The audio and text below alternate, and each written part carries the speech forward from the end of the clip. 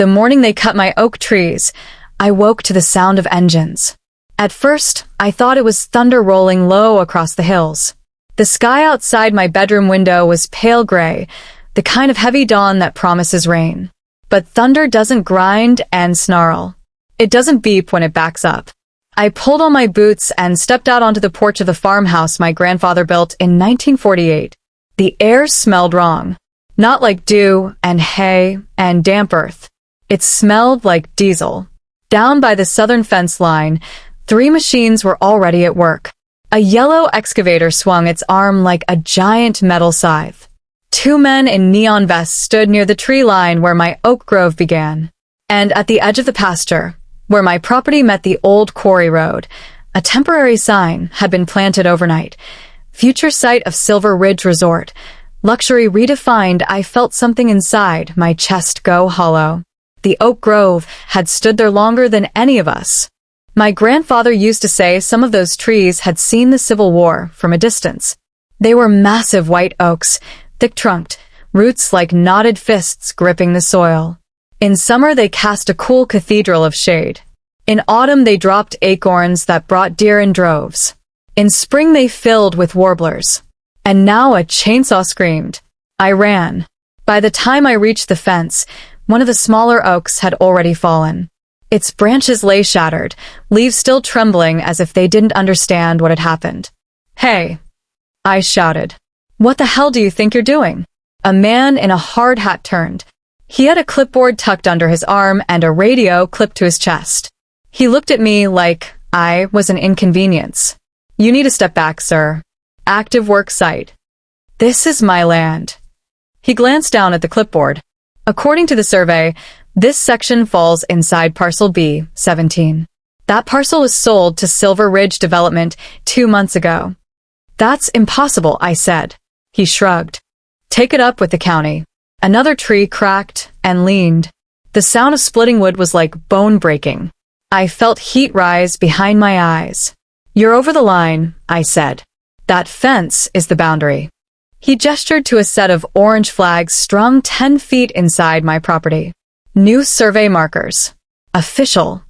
I had never sold Parcel B, 17. I had never signed anything. The only land I'd sold in the last decade was 5 acres near the highway for a gas station, and I'd watched that survey done myself. "You shut those saws down right now," I said. The man's expression hardened. "Sir, if you interfere, I'll have to call the sheriff." The excavator's bucket slammed into the earth, tearing up roots like veins. I stood there helpless as another oak fell. By noon, 4 trees were down. I drove straight to the county clerk's office in town. The courthouse smelled like old paper and lemon cleaner. Mrs. Dobbins, who had known me since I was a boy, looked up from behind the counter. "Daniel, you look like you've seen a ghost. I need to see the deed records for my property. Parcel B, 17. She frowned. That parcel was transferred in April. Transferred to who? Silver Ridge Development, LLC. My stomach twisted. By whom? She turned her screen toward me. There it was. My name. My signature. Only it wasn't mine. It was close enough to fool someone who didn't know me. The same looping D. The same long tail on the L. But the pressure was wrong. The slant was wrong. "I didn't sign this," I said quietly. Mrs. Dobbins' eyes widened. "Daniel, it was notarized." "By who?" She scrolled. "Martin Hale." I let out a bitter laugh. Martin Hale wasn't just a notary. He was the lead developer of Silver Ridge Resort. Silver Ridge had been sniffing around our valley for 3 years. It started with rumors, luxury cabins, a golf course, a spa, maybe even a small private airstrip. Eco-friendly, they said at the first town hall meeting. Sustainable growth.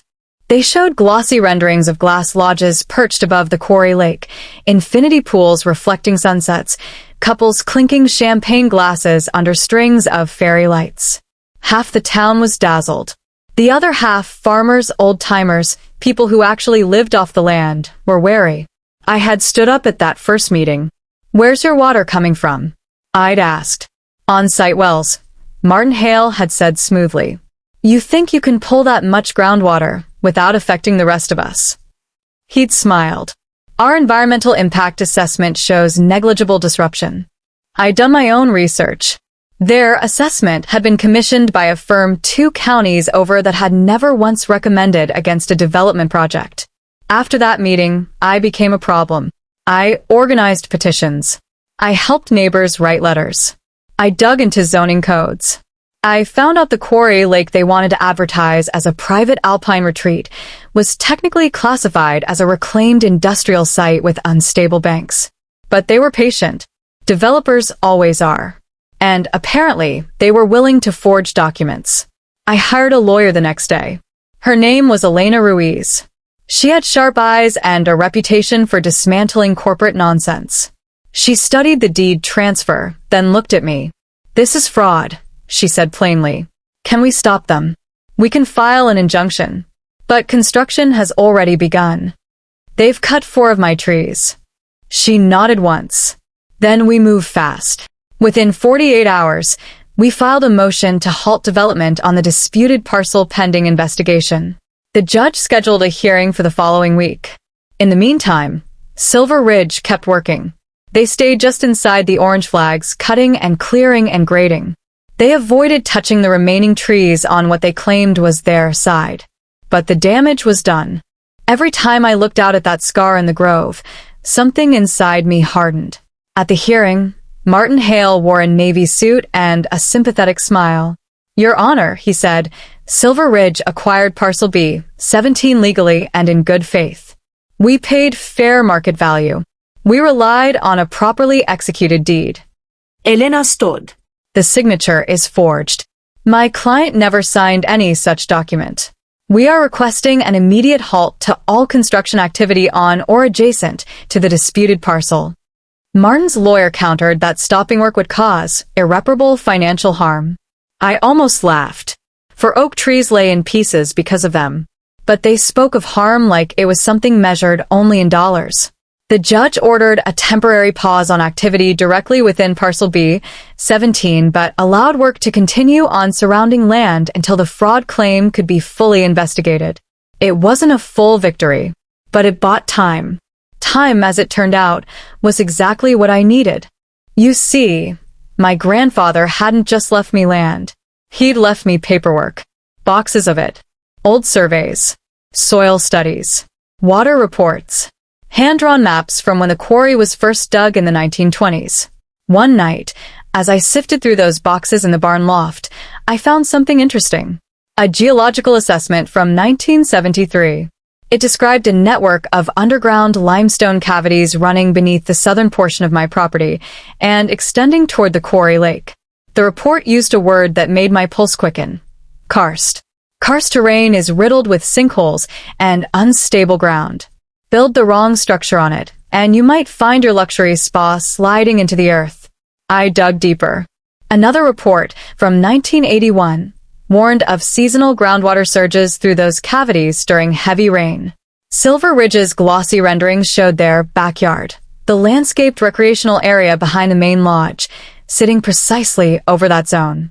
If that land were officially designated as unstable karst, large-scale construction would require extensive and expensive mitigation, possibly enough to make the project financially unviable.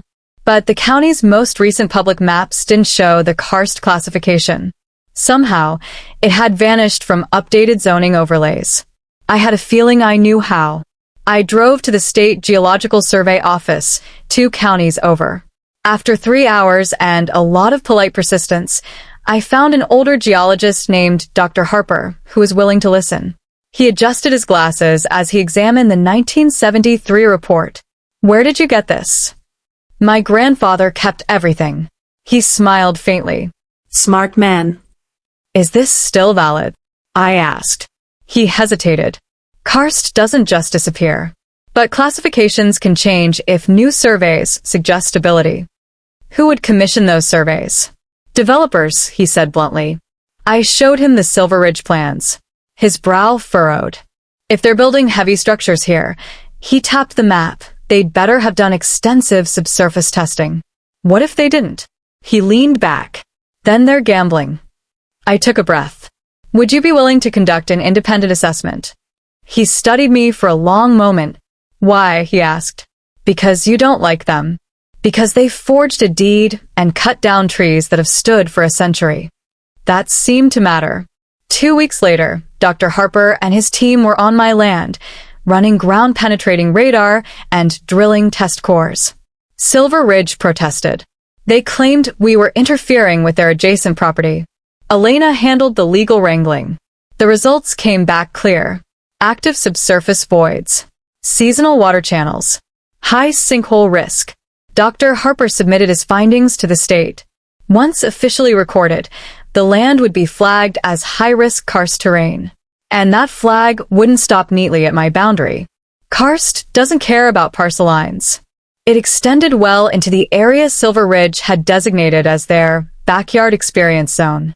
The state review process took months.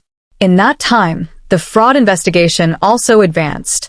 The notary seal on the deed transfer turned out to be expired at the time of signing. Security footage from the county office showed a man resembling Martin Hale entering after hours the week before the transfer was filed. Under pressure, the notary, an employee of Silver Ridge, admitted she had notarized the document without my presence at Hale's instruction. Criminal charges followed. Silver Ridge's investors began to get nervous. Then the state released its updated geological designation. High-risk karst zone. Any structure exceeding minimal load thresholds within that zone would require deep foundation pilings, continuous monitoring, and comprehensive drainage systems. The projected cost increase. Milieu. The backyard area in their marketing materials, pool decks, outdoor event pavilions, landscape terraces, sat directly in the red. Their architects scrambled to redesign. But there was no easy fix. Move the structures north, and they encroached on protected wetlands. Move them west, and they violated setback requirements from the quarry's unstable banks. The land they had coveted, the stretch that gave their resort its dramatic open view, was now effectively unbuildable for the kind of luxury they had promised. One evening, as the sun dipped low over the hills, Martin Hale drove up my gravel driveway. He looked smaller somehow. "Daniel," he said, removing his sunglasses. "We need to talk." I crossed my arms. About what? Forging my signature. Cutting my trees. He exhaled slowly. Mistakes were made. That's one way to put it. He glanced toward the grove, where stumps still stood like gravestones. "We're prepared to offer a settlement." I'm listening. "We'll pay triple the original assessed value of Parcel B, 17. Plus damages for the trees." I almost laughed. "You still think I want to sell?" He hesitated. "You've made your point. The karst designation has complicated things." "Complicated?" I repeated. "Our investors are considering pulling out. If the backyard zone can't support the amenities we advertised, the whole project becomes less attractive." I met his eyes. "You should have thought of that before you started cutting." He ran a hand through his hair. "What do you want?" I looked past him at the land. The oaks that remained swayed gently in the evening breeze. Birds flitted between branches. The earth beneath them hid its ancient hollows and quiet rivers. "I want my land," I said. "All of it. Legally restored. I want every fraudulent document withdrawn. I want a public apology to this town. And I want a conservation easement placed on the entire southern ridge, yours and mine, so no one can try this again." His jaw tightened. "That's extreme." "So is forging a deed." He stared at me for a long time. "You'd sink the whole resort over this." I shook my head. No. "You did that when you decided you were entitled to whatever you could grab." 3 months later, Silver Ridge Development announced it was reassessing the viability of the project. Within the year, the land they had purchased was quietly listed for sale. No luxury spa. No infinity pools. Just fields and quarry stone, and wine through the trees. Parcel B, 17, was officially restored to my name. Martin Hale faced charges of fraud and conspiracy. The case made regional news. As part of a civil settlement, Silver Ridge funded the planting of 20 new white oaks along the southern fence line. They're small now. Slender. Vulnerable. But oak trees are patient. They grow slowly, roots reaching deep before branches stretch high. Sometimes I walk out to the stumps of the fallen giants and rest my hand against the rough wood. They didn't fall quietly. They fell fighting gravity, tearing up soil, leaving scars. In the end, the developers learned something they should have known from the start. Land remembers. It remembers water paths carved over centuries. It remembers roots intertwined beneath the surface. It remembers who tends it and who tries to exploit it. They cut my oak trees thinking they were clearing an obstacle. Instead, they exposed the ground beneath their own feet. And that ground, unstable and ancient, refused to hold them up.